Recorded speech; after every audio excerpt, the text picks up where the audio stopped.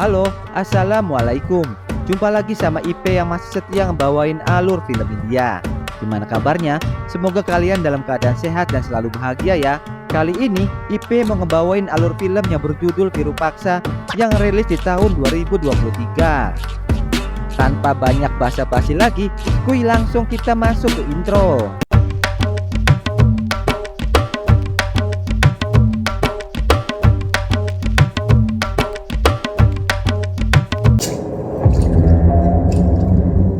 Film dimulai dengan memperlihatkan seorang pria yang diduga melakukan ilmu hitam. Pria itu bernama Venkata Chalapati. Di sana terlihat seorang anak perempuan dengan seorang wanita duduk di hadapannya. Penduduk desa menuduh pria itu bertanggung jawab atas wabah yang telah melanda desa mereka. Penduduk desa merusak rumah mereka, menyeret pria dan wanita itu keluar lalu mengikat mereka di pohon dan membakar mereka hidup-hidup. Saat terbakar, wanita itu mengutuk bahwa desa ini akan berubah menjadi kuburan dalam 12 tahun. Putra mereka menyaksikan kematian orang tuanya. Dia bernama Bhairava. Di keesokan harinya, para penduduk desa tidak mau Bhairava tinggal di desa itu. Ia lalu dikirim ke panti asuhan oleh ketua desa yang bernama Sarpanch. Scene berpindah ke 12 tahun kemudian. Seorang petani dari desa yang sama pergi di malam hari untuk menjaga ladangnya. Ia diserang oleh burung gagak yang ganas. Ia pun pergi melarikan diri. Di keesokan harinya, anak laki-laki petani itu mendatangi ladang mereka. Tetapi petani itu sudah tidak ada di tempatnya. Dan akhirnya petani itu dinyatakan hilang. Di hari yang sama, Surya dan ibunya pergi ke kampung untuk menghadiri festival. Ibu Surya sudah lama tidak mengunjungi kampung halamannya. Di perjalanan, tiba-tiba mobil mereka menabrak seekor burung gagak. Ibu Surya mengatakan kalau itu adalah sebuah pertanda buruk, tetapi Surya mengabaikannya. Sementara itu, di desa tanggal perayaan festival sudah ditentukan oleh seorang pendeta dari desa setempat. Pendeta itu adalah orang yang sama yang telah menghasut penduduk desa 11 tahun yang lalu untuk membunuh suami istri yang diklaim melakukan ilmu hitam. Surya dan ibunya akhirnya sampai di desa. Mereka tinggal di rumah salah satu saudaranya yang bernama Parvati. Di malam harinya, Surya dan saudaranya yang lagi santuy ngudut tiba-tiba melihat seseorang mencuri ayam. Beberapa penduduk desa berusaha mengejar pencuri itu. Surya berhasil menangkap pencuri itu yang ternyata adalah seorang perempuan.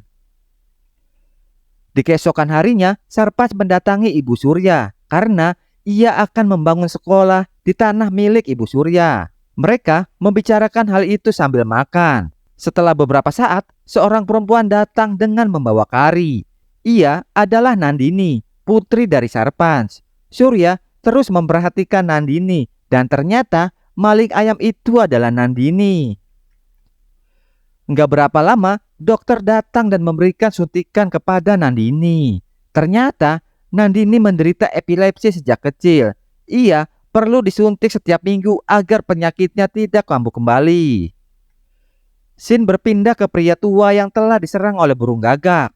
Setelah hilang 1 minggu, akhirnya bangun dari pingsannya. Ia menderita penyakit aneh di sekujur tubuhnya. Ini adalah Kumar. Ia datang dari desa lain. Kumar jatuh cinta kepada teman Nandini yang bernama Sudha. Tapi Sudha telah dijodohkan dengan orang lain. Karena itu mereka akhirnya pacaran sembunyi-sembunyi. Nandini sering membantu Sudha setiap kali bertemu dengan Kumar. Di hari yang sama, Ibu Surya mendatangi Parvati. Ia memberikan rumah lamanya kepada Parvati karena ia tidak akan tinggal di desa itu. Nandini ada juga di rumah itu. Parvati lalu meminta Surya mengantarkan Nandini pulang.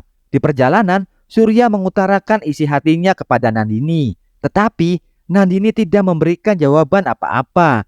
Ia lalu pergi meninggalkan Surya. Scene pun berpindah. Festival akan segera dimulai di desa. Pria yang telah diserang oleh burung gagak itu berjalan menuju kuil. Pria itu memuntahkan darah di depan dewa dan menghembuskan nafas terakhirnya. Pendeta yang melihat hal itu menganggap kematiannya sebagai kutukan yang harus dicabut dan diperbaiki. Untuk mencabut kutukan itu, ia mengumumkan desa akan di lockdown selama 8 hari dan melakukan ritual untuk memastikan kutukan itu hilang. Pendeta mengumumkan bahwa siapapun yang ingin meninggalkan desa harus melakukannya sebelum jam 6 sore. Karena hal itu, Surya dan ibunya pun memutuskan untuk pergi meninggalkan desa. Scene pun berpindah. Nandini yang menderita epilepsi sejak kecil tiba-tiba kambuh dan obat yang digunakan untuk menyuntiknya pecah ketika Nandini jatuh ke lantai. Dokter mengatakan Nandini harus disuntik sebelum 30 menit. Jika tidak, nyawanya akan terancam. Dokter meminta obat dari desa terdekat karena ia tidak memiliki stok. Ia memerintahkan seorang pria untuk membawa obat itu. Namun naas, orang yang seharusnya membawa obat itu malah mengalami kecelakaan. Surya dan ibunya yang akan balik ke kota bertemu dengan pria yang mengalami kecelakaan itu dan berusaha membantunya. Pria itu ngasih tahu kalau ia diperintahkan untuk mengirim obat ke rumah Sarpans. Surya menyimpulkan bahwa Nandinilah yang membutuhkan obat itu. Ia langsung bergegas kembali ke desa dan meminta ibunya agar segera pergi. Surya akhirnya datang tepat pada waktunya. Setelah mendapat suntikan, Nandini perlahan-lahan pulih. Dia lalu memberi Surya sebuah liontin yang dulunya milik ibunya. Ia mengatakan bahwa liontin itu akan melindunginya. Surya akhirnya menyimpannya. Malam hari pun tiba, lockdown pun dimulai. Sudha menentang aturan lockdown dan pergi keluar kota pada malam harinya untuk kawin lari dengan pacarnya Kumar. Dia bertemu Kumar di stasiun. Tiba-tiba sebuah kereta menabrak Kumar tepat di depan Sudha. Terkejut dengan kematian Kumar yang tiba-tiba, Sudha berjalan kembali ke desa. Ia tidak menyadari telah menurunkan pelindung spiritual yang telah diletakkan di sekitar perbatasan desa. Setelah berhasil memasuki desa, Sudha seperti ada kekuatan yang mengendalikannya. Sudha masuk ke sarang lebah madu dan membiarkan lebah menyengat wajahnya. Kontan, ia pun langsung meregang nyawa. Sepertinya Sudha terkena mantra yang mendorongnya untuk bunuh diri. Sementara itu, Parvati tiba-tiba mendengar suara dari hutan. Ia lalu mendekati suara tersebut. Tiba-tiba, ia melihat seorang pria yang bernama Suri, seorang pengantar susu, bunuh diri tepat di depan matanya. Hal itu membuat pikiran dan tubuhnya syok. Penduduk desa terkejut melihat tukang susu setempat bunuh diri dan mereka tidak tahu mengapa dia melakukan itu. Di keesokan harinya, Parvati juga melakukan bunuh diri. Ia menusuk telinga kanannya sendiri dengan jarum. Parvati sudah lama menderita penyakit yang berkaitan dengan telinga kirinya. Awalnya, penduduk desa mengira Parvati meninggal karena tidak tahan dengan penyakit di telinganya. Namun, Surya memperhatikan bahwa dia telah menusuk telinga kanannya. Surya akhirnya menyimpulkan bahwa Parvati tidak bunuh diri. Seorang pendeta Agora muncul di perbatasan desa. Ia memperingatkan penduduk desa bahwa ada hubungannya antara semua kematian yang telah terjadi sejauh ini. Penduduk desa tidak menghiraukan peringatannya karena pendeta setempat tidak percaya dengan perkataan Agora. Surya akhirnya melakukan investigasi. Ia berencana untuk pergi ke kuil dan menemukan petunjuk tentang apa yang terjadi di desa itu. Di dalam perjalanan, dia menemukan tubuh Sudha yang sudah membusuk. Dan di dalam tasnya, dia menemukan tiket kereta api. Surya dan penduduk desa menyimpulkan bahwa Sudha pernah pergi meninggalkan desa. Namun, ia kembali lagi. Hal itu menyebabkan hilangnya pagar spiritual yang ditempatkan di perbatasan desa dan menyebabkan kematian berikutnya. Surya mencoba mencari tahu apa yang terjadi pada Kumar. Namun, ia diberitahu oleh pihak kereta api bahwa Kumar telah tewas tertabrak kereta api yang melaju kencang. Surya akhirnya kehilangan petunjuk. Ia lalu menghubungkan kejadian demi kejadian dan menyimpulkan bahwa ada kekuatan supranatural yang menyebabkan kematian tersebut. Surya akhirnya menyimpulkan bahwa kematian ini terjadi setelah seseorang menyaksikan orang lain meninggal. Sudha menyaksikan kematian Kumar. Kematian Sudha disaksikan oleh tukang susu. Kematian tukang susu disaksikan oleh Parvati. Dan Surya belum mengetahui siapa yang menyaksikan kematian Parvati. Setelah beberapa saat, ia ingat bahwa Nandini yang telah menyaksikan kematian Parvati. Surya dengan cepat menemui Nandini yang baru saja melompat ke dalam sumur di dekat sebuah rumah kosong. Surya menyelamatkan Nandini tepat pada waktunya. Ia lalu membawa Nandini ke rumah agar mendapat pertolongan. Sementara itu, pendeta mengumpulkan dukungan dari para penduduk desa. Ia ngasih tahu kalau Nandini membawa kutukan. Salah satu cara agar kutukan itu hilang adalah dengan mengorbankan Nandini. Surya akhirnya mencari cara agar Nandini tidak menjadi korban penduduk desa. Ia berencana membawa kembali Bhairava ke desa itu. Dia menuju ke panti asuhan tempat Bhairava tinggal. Setelah sampai di sana, pihak panti asuhan ngasih tahu kalau Bhairava adalah siswa yang aneh yang gak pernah ngelupain kematian orang tuanya. Bhairava melarikan diri dari panti asuhan untuk membalas dendam kepada penduduk desa yang telah membunuh ayah dan ibunya. Surya hanya punya waktu 8 jam untuk menyelamatkan Nandini. Surya mencoba menemukan pendeta Agora yang bisa membantunya dalam menemukan Bhairava. Surya dan pendeta Agora akhirnya mencari Bhairava. Mereka memasuki sebuah ruang bawah tanah. Saat keduanya melakukan pencarian, Surya akhirnya mengetahui bahwa Kumar adalah Bhairava. Rencana Kumar ke kota adalah salah satu motif untuk menggerakkan kutukan. Dia mulai dengan bunuh diri dan kutukannya dialihkan ke Sudha, tukang susu, Parvati, dan terakhir Nandini.